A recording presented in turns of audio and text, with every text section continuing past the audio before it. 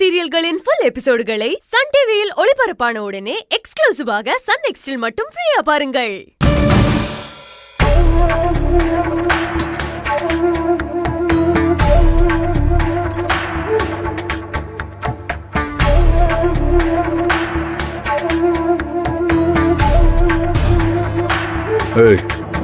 என்ன உங்க அப்பா கோவமா பெஸ்ட்னு வருத்தமா? பின்ன வருத்தப்படாம வேற என்ன பண்ணுவாங்க? நான் எதனால சிவசங்கரி வீட்டுக்கு போறேன்னு ஏற்கனவே பல தடவை உங்ககிட்ட சொல்லிட்டேன். அதுக்கு இன்னும் மேலும் நீங்க கோமா பேசி ஹாஸ்பிடல்ல விட்டு வெளியே என்ன நிக்க வச்சீங்க. அதுக்கப்புறம் அத்தை நான் தான் போக சொன்னேன்னு சொன்னதுக்கு அப்புறம் சாரி கேட்டு என்ன உள்ள கூட்டிட்டு போனீங்க. எல்லா பிரச்சனையும் அங்கேயே முடிஞ்சிருச்சுன்னு நினைச்சு வந்தேன். ஆனா திரும்பவும் அதே பிரச்சனையை திருப்பி ரைஸ் பண்ணிட்டு இருக்கீங்க. சரி, ஏன் மேல கோவப்படுறதுலயாவது நியாயம் இருக்கு. ஆனா பாவம் எங்க அப்பா என்ன தப்பு பண்ணாரு? அத்தைக்கு என்னமோ ஏதோன்னு பதறி போய் விசாரிக்க தானே வந்தாரு. அவரை போய் இப்படி அவமானப்படுத்தி அமிச்சிட்டீங்க. அவர் முகமே வாடி போய் அவமானத்தோட போனாரு பாத்தீங்களா? எல்லாம் தெரிஞ்சுக்கிட்டே அவரை திரும்ப டார்கெட் பண்ணி அவமானப்படுத்திட்டே இருக்கீங்க.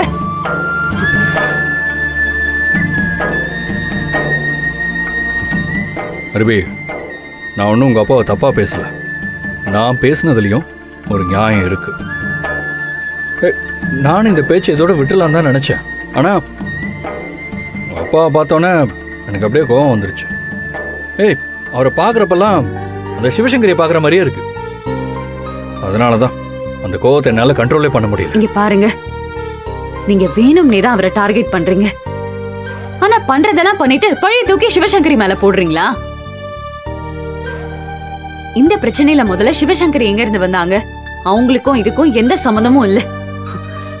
அப்பா ரொம்ப நாள் கழிச்சு அவர் கையால சமைச்சு என் கூட சேர்ந்து சந்தோஷமா சாப்பிடணும்னு ஆசைப்பட்டாரு. அவர் ஆசைப்பட்டதுல என்ன தப்பு இருக்கு? நம்ம குடும்பத்துல இருக்கிற நிலைமைலாம் அவருக்கு தெரியுமா? நான் உங்ககிட்ட பல தடவை இதே மாதிரி வருத்தப்பட்டு பேசியிருக்கேன். ஆனா திரும்ப நீங்க அப்படியே தான் நடந்துக்கிறீங்க. சிவசங்கரி கொலைகாரி இல்ல, அவன் நல்லவன் சொன்னா அதையும் நம்ப மாட்டேங்கிறீங்க.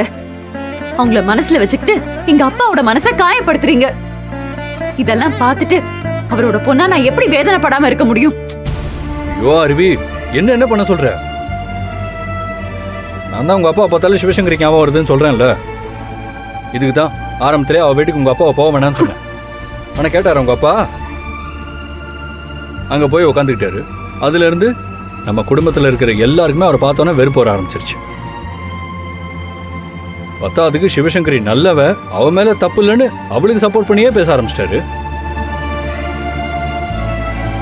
இப்போ நீயும் அவருக்கு சப்போர்ட் பண்ணி பேச ஆரம்பிச்சிட்ட. இதெல்லாம் தான் எனக்கு பிடிக்கலன்னு சொல்ல வந்தேன். டேய் என்னடா? என்னப்பா மறுபடியும் ரெண்டு பேருக்குள்ள சண்டையா? என்னது இது? சண்டைலாம் ஒன்றும் போடலம்மா. என் சைடில் இருக்கிற நியாயத்தை நான் எடுத்து சொல்லிட்டு இருக்கேன், அவ்வளோதான். போடா, நீயும் நியாயமும். நீ பேசுறதுதான் நியாயமா? நாங்க பேசுறதுலாம் என்ன நியாயம் இல்லையா? அநியாயமா?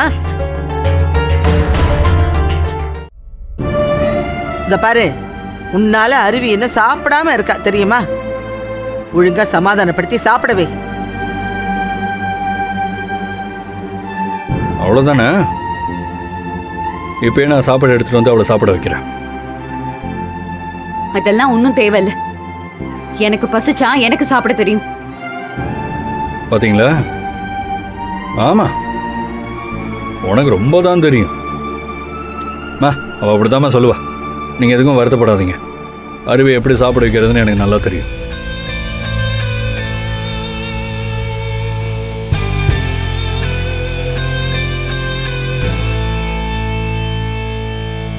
அருவி, உனக்கு இதுக்கு மேல நான் எப்படி ஆறுதல் சொல்றதுனே தெரியலம்மா.